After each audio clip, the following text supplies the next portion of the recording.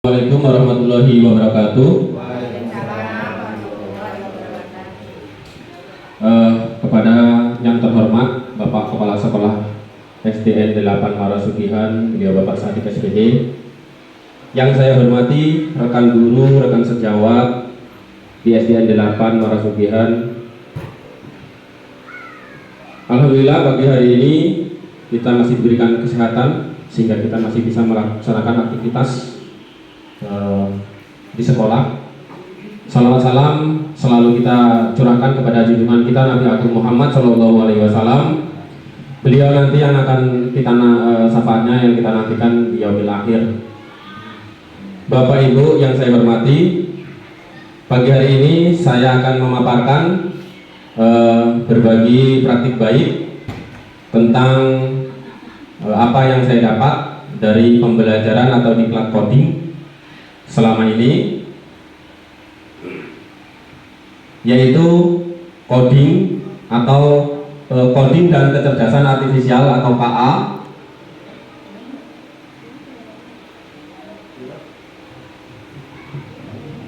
Kecerdasan artifisial atau juga kecerdasan buatan yang biasa disebut dengan AI. Nah, ini penjelasannya. Kecerdasan artifisial adalah kecerdasan yang dimiliki atau ditiru oleh mesin komputer, yaitu kemampuan mesin untuk melakukan tugas yang biasanya memerlukan kecerdasan manusia, seperti belajar, memahami bahasa, mengenali pola, dan lain-lain, dan untuk memecahkan masalah. Bapak Ibu, kecerdasan buatan ini sebenarnya sudah ada sejak lama, di tahun 1980-an, seperti orang-orang pengembang itu menciptakan mesin-mesin cerdas.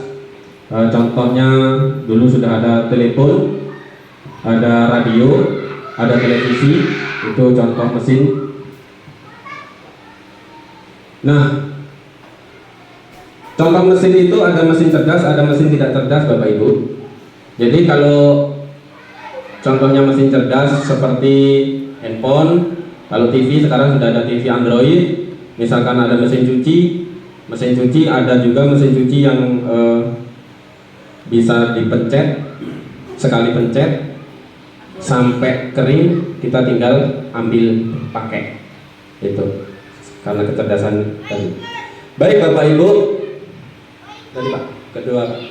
Nah, dampak kecerdasan artifisial, peranan di beberapa aspek Bapak Ibu. Ini saya ambil 5: informasi, pendidikan, kesehatan, keamanan, dan transportasi. Baik, untuk di bidang informasi sering kita gunakan itu Google contohnya. Saya ambil contoh Google aja. Di sini banyak sebenarnya. Kemudian ada Siri.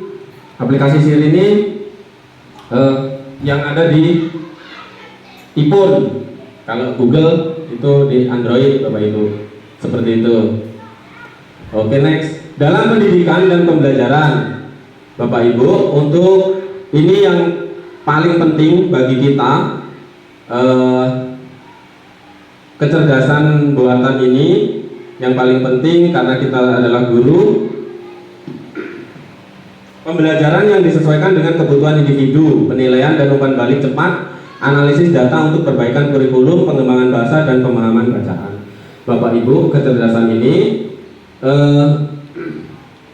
di bidang pendidikan yang sudah aplikasi-aplikasi yang sudah dibuat oleh para pengembang seperti Ruang Guru, Genius, Google Classroom. Kita sebagai pengguna untuk kegiatan ini dulu sudah pernah, rekan kita Pak Poniman sudah pernah mengaplikasikan namanya Google Form untuk siswa, untuk memberikan soal kepada siswa, seperti itu. Kemudian di bidang medis, nah tidak kalah penting di bidang medis, ya tetap kita perlu tahu untuk prediksi penyakit dan resiko. Ada aplikasi Halodoc, terus banyak aplikasi yang lain Bapak Ibu. Aplikasi rumah sakit seperti aplikasi BPJS, kemudian aplikasi pengingat minum obat, dimana orang-orang yang sudah sepuh, orang tua itu ada aplikasi pengingat minum obat, jadi semacam alarm gitu.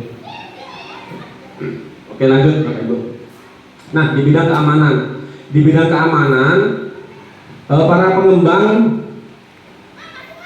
mengembangkan seperti CCTV.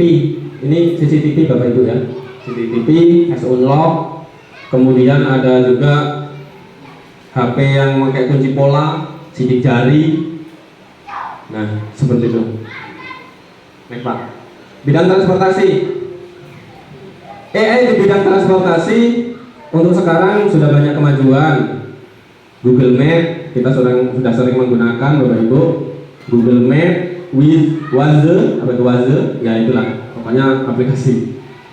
Kemudian kendaraan pintar. Kendaraan pintar itu sekarang sudah banyak di Indonesia, baru ada sudah rilis juga kendaraan yang bisa nyetir sendiri dan bisa parkir sendiri, tapi belum banyak. Yang sudah banyak itu ada di Cina, di Jepang, di luar negeri lah, seperti itu. Lanjut Pak. Nah, ada keunggulan kita menggunakan AI, ada kelemahan juga kita menggunakan AI Bapak Ibu. Kalau kita sering di bidang pendidikan, misalkan AI itu kan fungsinya untuk membantu kita dalam mengerjakan sesuatu. Misalkan buatlah RPP, buatkan modul ajar lengkap dengan LKPD. Di situ akan muncul. Namun kadang-kadang tidak sesuai harapan kita, ya kita revisi, kita perbaiki supaya apa? Supaya sesuai. Namun kita tidak perlu berpikir banyak. Kita sudah dibantu oleh AI, tapi bukan berarti kita harus tidak mau berpikir Bapak Ibu.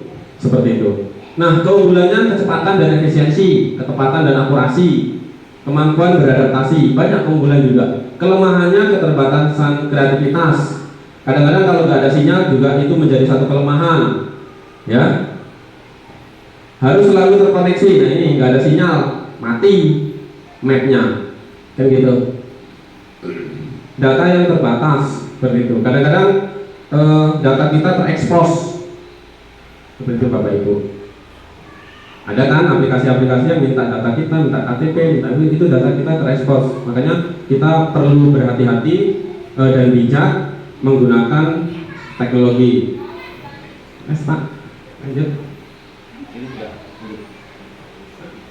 Ini. Nah, pandangan di masa depan. Kecerdasan buatan atau kecerdasan artifisial atau sering disebut AI akan memperluas kemampuan manusia mengotomatisasi pekerjaan rutin, mengingatkan akurasi keputusan, dan tentang etika, keamanan, privasi perlu dikelola bersama-sama tadi yang saya sebutkan. Makanya kita perlu hati-hati tentang penggunaan AI seperti itu. Next Pak.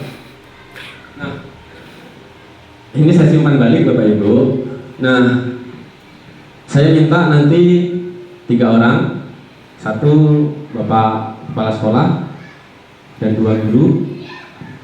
Bagaimana kecerdasan artifisial atau kecerdasan buatan membantu dalam bidang pendidikan?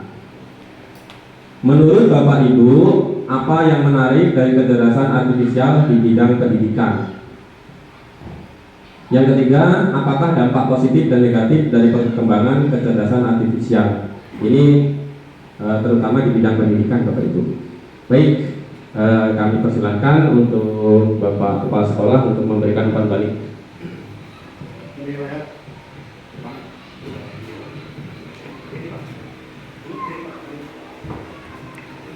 Baik, terima kasih kepada Pak Maksudi. Di sini kami selaku kepala sekolah akan memberikan umpan balik terhadap materi yang disampaikan oleh Bapak Maksudi. Pertama, saya mengucapkan terima kasih kepada beliau yang telah mengikuti kegiatan dan imbasnya sekarang kita rasakan bersama. Langsung saja ke permasalahannya atau ke topiknya. Menurut saya selaku kepala sekolah, penggunaan media AI untuk bidang pendidikan itu karena sekarang sudah dibuka, diselenggarakan oleh pemerintah sebagai lembaga pendidikan, kami mengajak kepada seluruhnya, mari kita manfaatkan media ini. Karena sesuai paparan tadi, itu yang pertama bisa mempercepat kerja kita. Kita butuh apa, tinggal saya minta tolong buatkan titik-titik, nanti klik muncul. Namun jangan terpaku dengan itu, karena tadi disampaikan belum tentu yang keluar di situ permintaan yang kita minta sesuai dengan kondisi dan keadaan serta kemampuan kita. Jadi sebagai referensi atau garis besarnya ajuannya ke situ, kita revisi, kita pelajari, kita teliti apakah jawaban itu sudah sesuai dengan kemampuan, kondisi dan keadaan yang ada di kita masing-masing.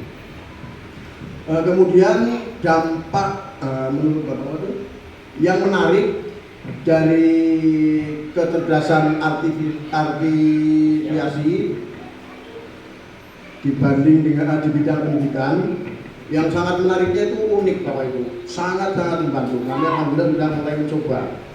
Jadi ada di situ membuat apa ya, membuat format di situ kita ketik nanti sudah muncul format-formatnya. Contohnya misalnya Bapak Ibu mau minta tolong dengan AI buatkan RPP, nanti sudah dengan format-formatnya yang semestinya pakai dalam pakai kotak-kotak muncul.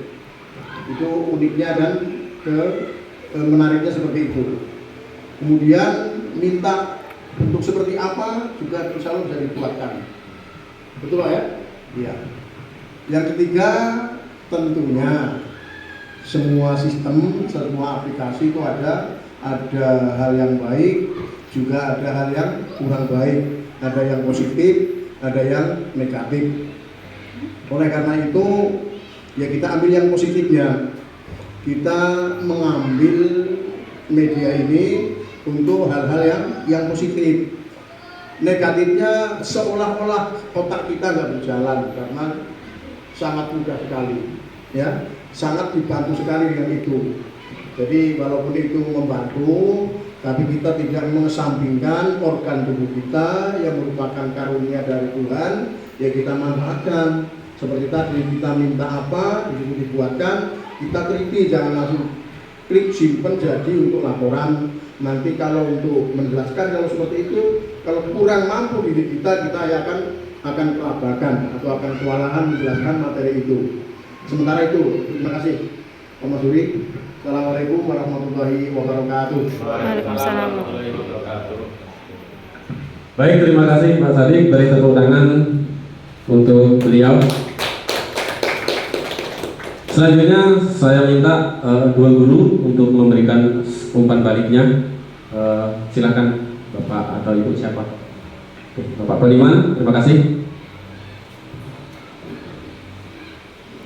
Assalamualaikum warahmatullahi wabarakatuh.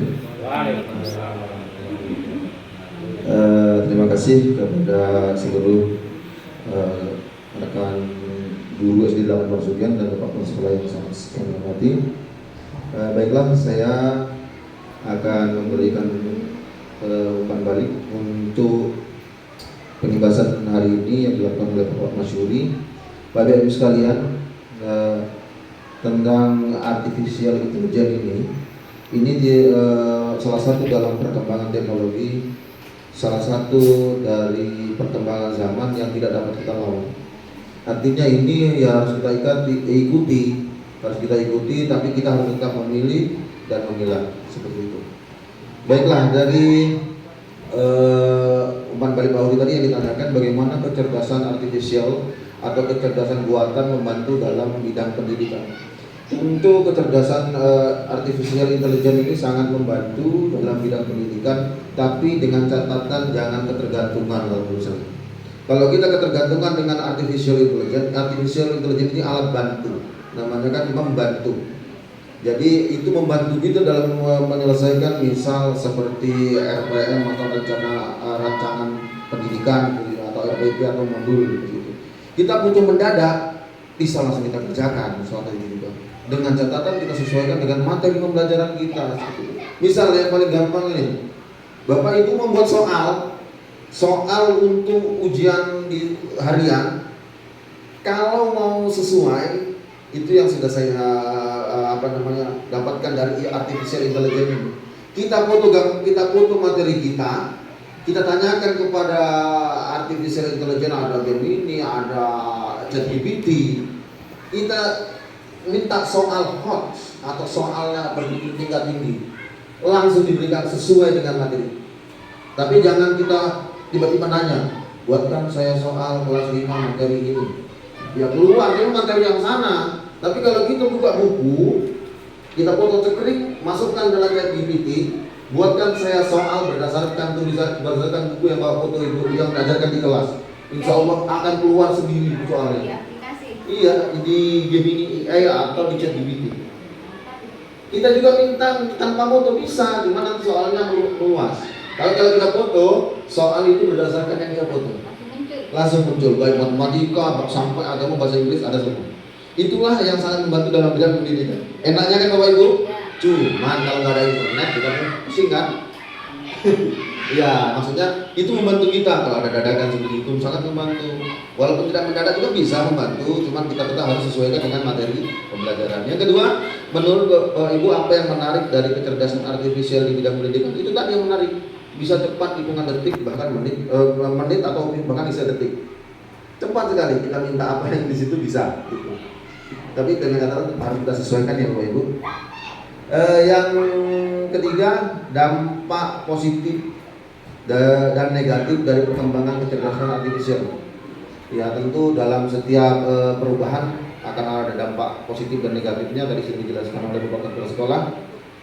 Dampak positifnya sangat membantu kita dalam menyiapkan apa yang kita butuhkan dalam dunia pendidikan ini. Kalau guru kita menyiapkan modul ajar dan lain sebagainya, mungkin dengan adanya artificial intelligence ini kita mungkin akan belajar untuk mulai merapikan administrasi pendidikan kita. Ya, kita supaya sesuai dengan tujuan pembelajaran yang sudah kita buat. Di dalam buku itu kan ada tujuan pembelajaran, jadi apa yang di buku itu bisa kita buat melalui artificial intelligence tadi. Nanti kita sesuaikan dengan buku kita. Jadi insya Allah akan rapi seperti itu. Kita buat modul ajar dengan artificial intelligence dan kita kaji, kita baca bersama, sesuaikan dengan materi kita yang ada di kelas. Insya Allah semuanya akan rapi. Jadi artificial intelligence ini kesimpulannya menurut saya bisa menjadi alat bantu kita dalam menyelesaikan administrasi di ruang pendidikan kita nih, khususnya sekolah sekian dan semuanya seperti itu. Jadi kalau kita nggak ada artificial intelligence, kita kan masih mikir, ini kira-kira kita buat itu mulainya dari mana? Ini langkahnya ini udah betul atau salah ya? Nanti kan kalau kita ada artificial intelligence tadi, oh ternyata seperti ini, wah ini sesuaikan dengan materi saya. Alhamdulillah sudah sesuai. Jadi EA ini sangat membantu. Dan dampak negatifnya ya tadi banyak sekali, banyak juga, banyak juga. Ya kalau di EA itu, kalau kita tidak bisa milih, ya akan kena dampak juga. Kita misal ngecek apa yang kita ketik keluar di situ. Kalau kita mintanya yang positif ya keluarnya positif. Kita mintanya yang negatif keluarnya negatif. Karena dalam EA itu dia nggak mesti yang positif cuma nggak ada. Dengan pengembang itu ya dipasangkan positif dan negatif seperti itu. Kemudian mungkin menurut saya itu saja. Silakan untuk rekan-rekan yang lainnya. Saya ucapkan terima kasih untuk Mas Yuli sudah kasih materi kita tentang IE hari ini. Alhamdulillah ini sangat-sangat membantu. Assalamualaikum warahmatullahi wabarakatuh. Terima kasih Bapak Poniman atas umpan balik. Satu lagi saya minta Ibu Guru untuk memberikan satu umpan balik. Siapa? Bu Yuni, baik silakan.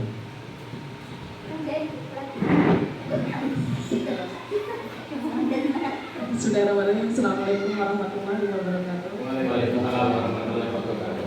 Terima kasih atas waktunya. Langsung aja ya Bapak Ibu.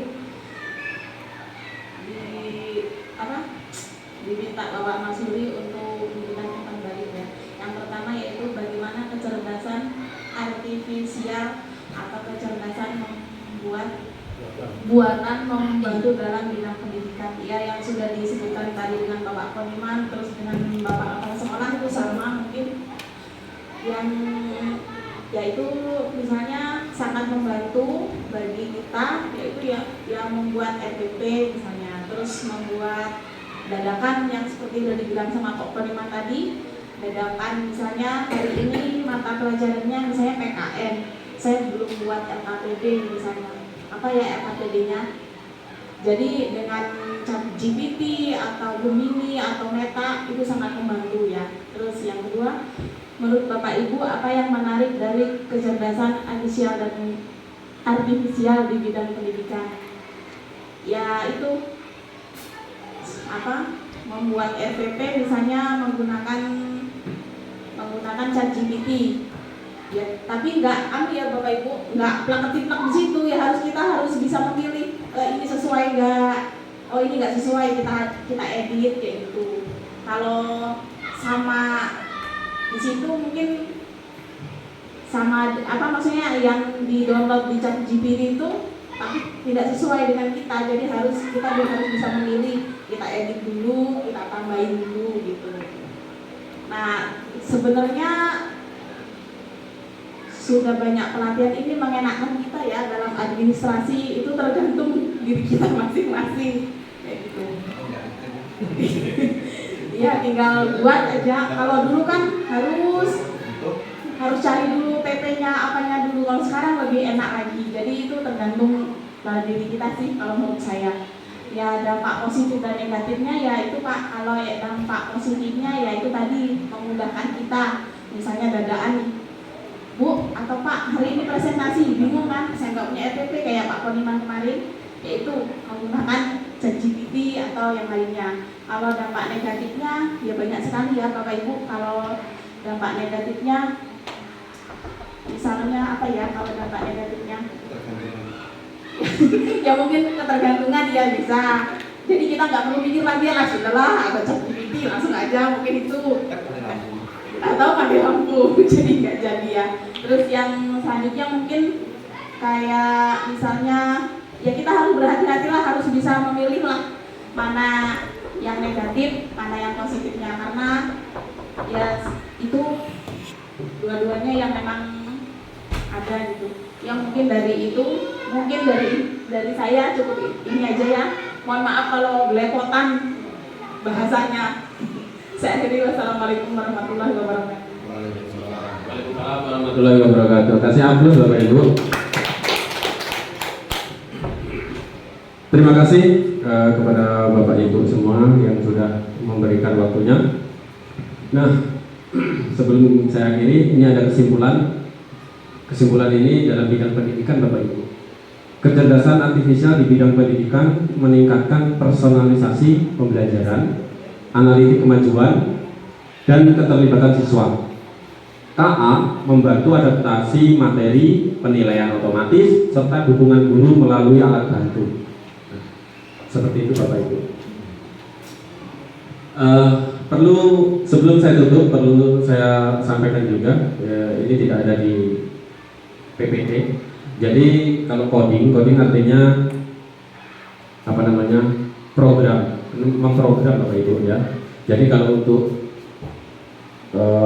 siswa SD mungkin kita masih banyak di pengguna ya. Kalaupun materi programnya nanti seperti memprogram, contohnya semacam membuat komposisi seperti itu. Jadi belum terlalu tinggi levelnya untuk kelas SD.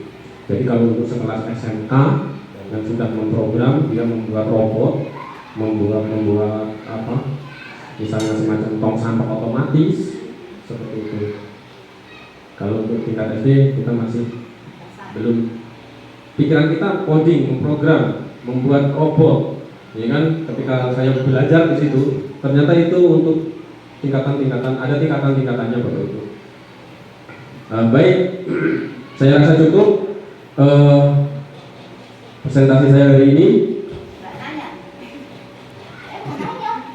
Oh boleh. Ya. Kalau Bu Amida mau tanya, boleh silakan. Assalamualaikum warahmatullahi wabarakatuh. Terima kasih untuk waktu yang diberikan Pak Huri. Pertanyaan pertama tadi sudah disampaikan oleh Pak Budiman. Kalau misalnya kita buat soal terus kita upload materinya nanti muncul kan? Iya. Sekarang pertanyaan saya adalah kalau kita upload materinya bisa nggak kita misalnya minta bantuan buat RPP? Bisa. Bisa. Alhamdulillah. Terus pertanyaan kedua, apakah program ini bisa dipakai untuk seluruh mata pelajaran atau hanya beberapa mata pelajaran? Itu saja. Assalamualaikum warahmatullahi wabarakatuh.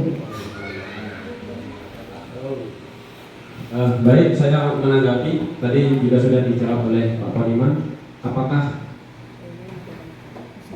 bisa Bantu buat RPP. bantu buat RTP-nya sesuai mata pelajaran yang kita Upload. ya, insya Allah itu bisa Bapak Ibu ya, insya Allah itu bisa. Banyak aplikasi AI, pengembang-pengembang seperti Cici, Gemini, Meta. Iya, Pak. Ya, kalau di WhatsApp itu ada Meta AI namanya. Kemarin saya sudah belajar sama anak-anak, sama siswa kelas 5. Saya sudah memperkenalkan.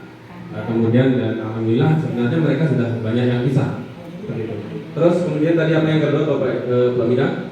Seluruh mata pelajaran. Seluruh mata pelajaran bisa. Selalu bisa. Berarti kalau dipakai program ini harus pakai HP terus tiap hari. Ya, iya enggak. Bawa. Iya enggak. Begini ya. Heeh. Misal Ibu itu mau ulangan. Iya.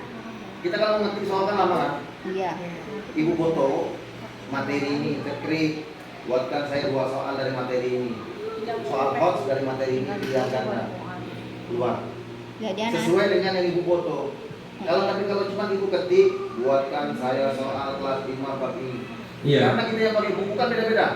Buku kita, buku sana beda. Nanti kalau yang diambilkan buku dari Jawa, tidak sesuai dengan materi kita. Tapi kalau yang kita foto materi buku kita yang pakai ngajar, 2 soal kita buat, kita foto minta 2 soal dari itu biar ganda soal hot misalnya. Kalau itu ya berarti tidak tinggilah biar agak nalar dikit. Nah, langsung dibuatkan sesuai dengan yang kita. Jadi sesuai dengan apa yang kita ajarkan setiap hari. Ya, jadi Ya maksud saya gini, hari ini misalnya pelajaran PKN, Ya. besok kan ngasih pelajaran, kita mau pakai KI ini, berarti kan anak-anak tiap hari pakai HP, Pak. enggak harus begitu, Bu. Enggak. Maksudnya begini, kita buat mau buat materi ajar, buat RPP, gitu loh. Gua harus tiap hari anak-anak buka begini. Enggak. Kalau untuk Ya kan, kalau untuk anak-anak membawa HP itu kalau di sekolah kita sudah dimasukkan mata pelajaran coding. Nah, Nah, kalau mata pelajaran coding sudah dimasukkan di jadwal pelajaran, ya kita bisa bawa HP. Enggak, Saat pelajaran coding itulah. untuk pelajaran coding Pak. ya. Kita bisa bawa HP pada pelajaran coding. Jadi kalau misalnya Pak, bagaimana kalau terkendalanya nggak ada HP, pelajaran codingnya pakai apa? Ada 2 opsi, namanya plug dan unplug, Bapak Ibu. Maksudnya gini, enaknya kita paham. Dari plug itu kan nyolok, unplug itu kan nyabut. Maksudnya, kalau pakai HP ditutup nih. Kalau nggak pakai HP ya dicopot gitu. Pakai apa? Pakai kartu. Kita belajarnya pakai kartu semacam. Sebenarnya sama alat bantunya kartu. Gitu. Atau media-media pembelajaran yang lain seperti itu. Jangan lupa aku terus, Bu. Sampai pelajaran apa nih? Memang kalau pakai HP nanti pelajaran coding itu memudahkan. Ya. Kita langsung praktek pengguna. Kalau misalnya kita pengguna, seperti selama ini kan kita masih pengguna Bapak Ibu ya. Kita masih pengguna, belum pengembang. Tetapi ada AI yang memfasilitasi kita supaya jadi pengembang. Contoh nih, ini contohnya seperti di TikTok. Di TikTok itu ada namanya membuat filter. Jadi pengguna itu membuat filternya sendiri, gitu kan? Nah, seperti itu. Gimana Bu? Cukup ya? Baik, saya rasa cukup. Terima kasih atas waktunya Bapak Ibu semuanya. Kurang dan lebihnya saya mohon maaf.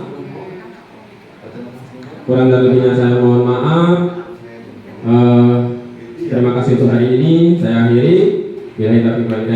Assalamualaikum warahmatullahi wabarakatuh. Waalaikumsalam.